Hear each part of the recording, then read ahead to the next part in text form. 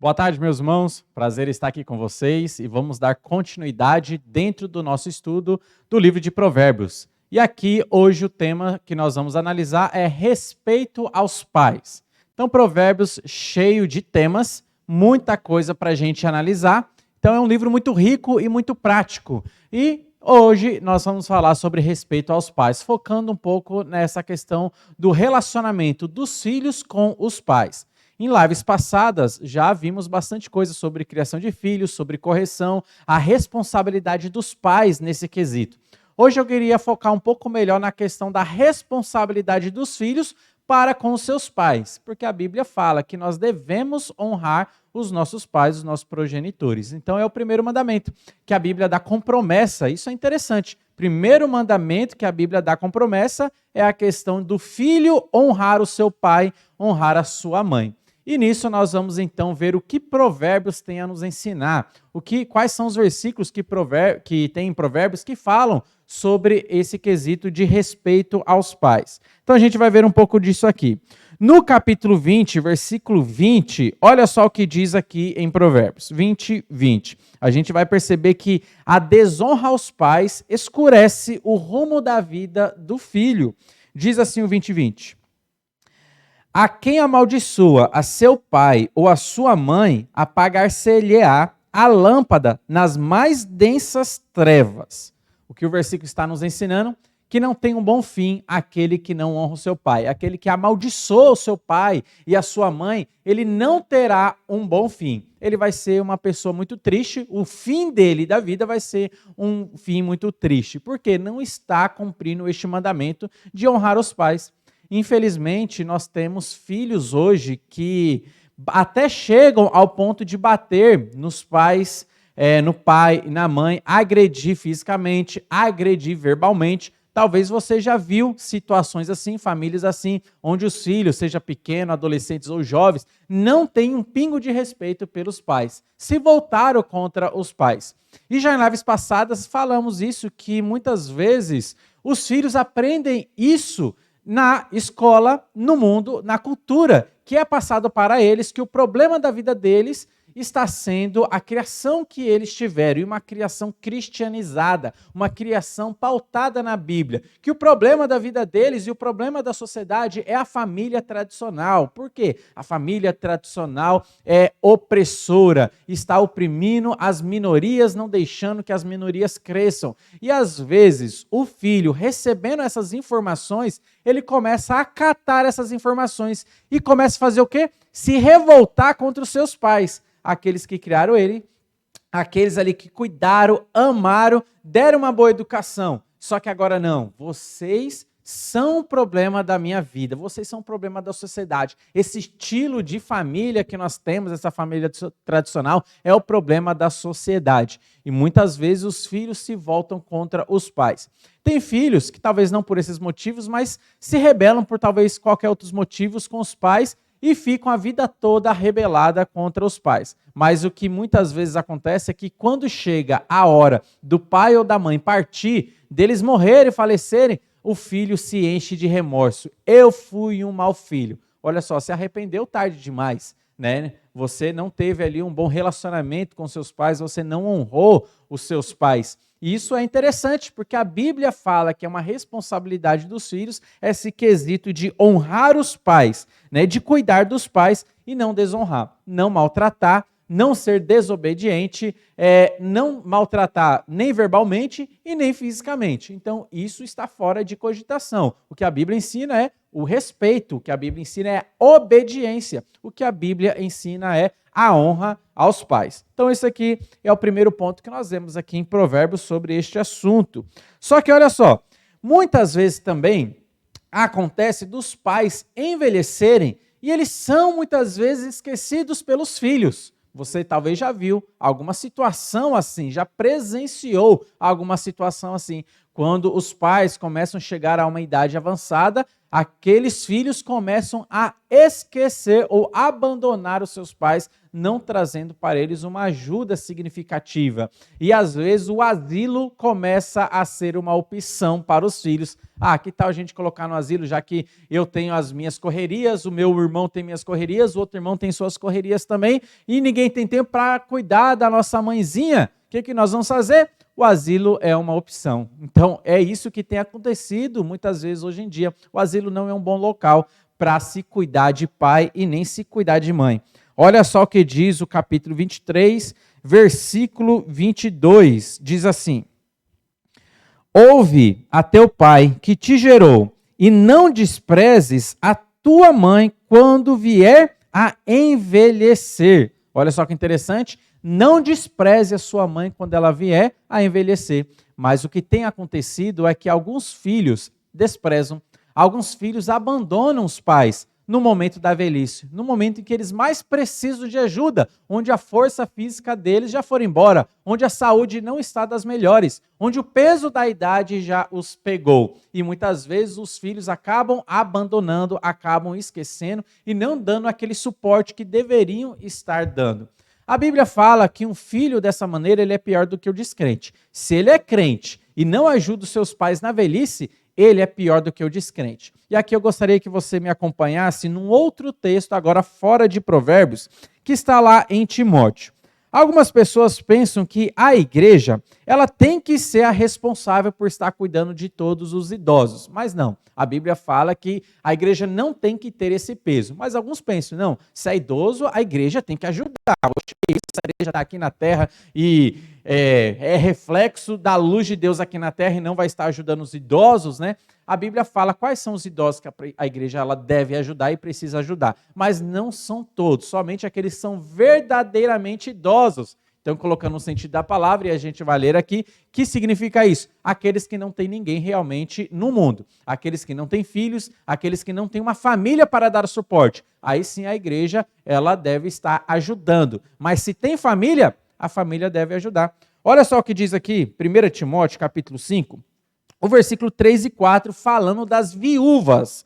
Diz assim: honra as viúvas verdadeiramente viúvas. É o que Paulo está ensinando para Timóteo, para que como a igreja deve estar agindo. Olha só, honra aquelas que são verdadeiramente viúvas. E ele diz assim no versículo 4: mas se alguma viúva tem filhos e netos, que estes aprendam primeiro a exercer piedade para com a própria casa e a recompensar a seus progenitores, pois isto é aceitável diante de Deus. Então, note o que a Bíblia está nos ensinando. A igreja não tem que estar sobrecarregada cuidando de qualquer idoso. A pessoa chegou na faixa de 60 anos, a igreja agora é uma aposentadoria para esse idoso. Jamais. Então, a igreja vai ajudar e ela deve estar ali acompanhando aqueles que são verdadeiramente idosos, aqueles que estão verdadeiramente abandonados aqui neste mundo, aqueles que não têm filhos, aquele que não tem neto, aqueles que não têm ali pessoas para dar o suporte.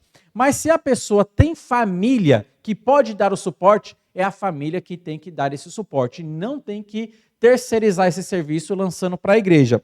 Porque o versículo 8 diz assim, ó: ora, se alguém não tem cuidado dos seus, e especialmente dos da própria casa, tem negado a fé e é pior do que o descrente. Então note, meu irmão, você que tem pais que talvez já estejam aí na faixa da velhice e precisam do seu suporte, a Bíblia fala que se você não ajuda, você tem negado a fé e você é pior do que o descrente. Olha só que interessante, você é pior do que o ímpio, você é pior daquele que é servo de Satanás. Por quê? Se você é salvo, você é crente, você tem ao Senhor, Deus, como Senhor da sua vida. Só que você não está agindo em obediência a Deus, cuidando dos seus pais na velhice. E Deus fala que você agora é um pior do que um descrente, aquele que é servo de Satanás. Palavras pesadas, não são? Realmente são palavras pesadas, mas é para a gente realmente ali pensar como que tem sido a nossa conduta. Então, responsabilidade dos filhos cuidar dos pais no período da velhice. E aqueles que chegam no período da velhice, né, que não se casam, que são celibatos e evidentemente não terão filhos, Deus ele tem um cuidado especial para com essas pessoas. A Bíblia fala sobre estrangeiros, fala sobre viúvas, fala sobre órfãos e vários versículos onde Deus tem um olhar tão especial por essas pessoas. Então, você que talvez não se casou e não vai se casar, você que talvez abraçou o celibato ou o celibato te abraçou, fique descansado sabendo que Deus está cuidando de você. Ele tem um olhar muito especial para a sua vida. Mas vamos continuar aqui, falando ainda sobre essa relação dos filhos para com os pais. E aqui eu gostaria de ler agora o capítulo 28 de Provérbios, o versículo 24. E nós veremos aqui que alguns filhos, eles acabam roubando os pais e se justificam por este roubo. Olha só que interessante, 28 e 24 diz assim: o que rouba a seu pai ou a sua mãe e diz, não é pecado, companheiro é do destruído. E alguns filhos acabam fazendo isso, acabam roubando os pais e dizendo, mas isso aqui eu peguei, é do meu pai, é da minha mãe, isso aí não tem erro nenhum, não é pecado nenhum. Só que a Bíblia fala que ele é um companheiro do destruidor. Ele está, assim, cometendo um pecado.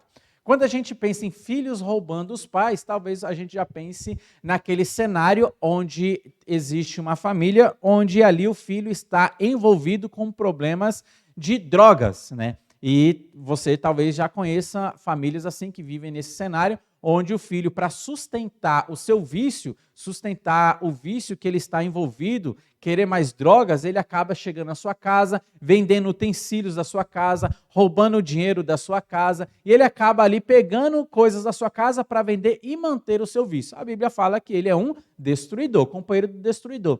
Só que também existem outras maneiras do filho estar roubando também os pais. Então, por exemplo, aquele filho que já tem os seus 30 anos de idade e ainda está morando com os pais, totalmente dependente dos pais. Olha só, é uma maneira de roubar os pais. Os pais já estão ali, talvez, com uma idade avançada e ainda o dinheiro dos pais, às vezes até a aposentadoria, está indo para sustentar aquele marmanjo que está em casa com seus 30 anos, acordando meio-dia, acorda, vai jogar um videogame, tem a comidinha quente na mesa, mas ele não move uma palha, um dedo para conseguir arrumar um emprego e estar ajudando na sua casa também e ser independente dessa maneira. É uma maneira também de estar roubando os pais. A Bíblia fala que ele é companheiro do destruidor. Então não é somente aquele que rouba para sustentar os seus vícios, mas aquele preguiçoso que está em casa com seus 30, 35 anos de idade, deveria estar trabalhando, se sustentando e ajudando os pais,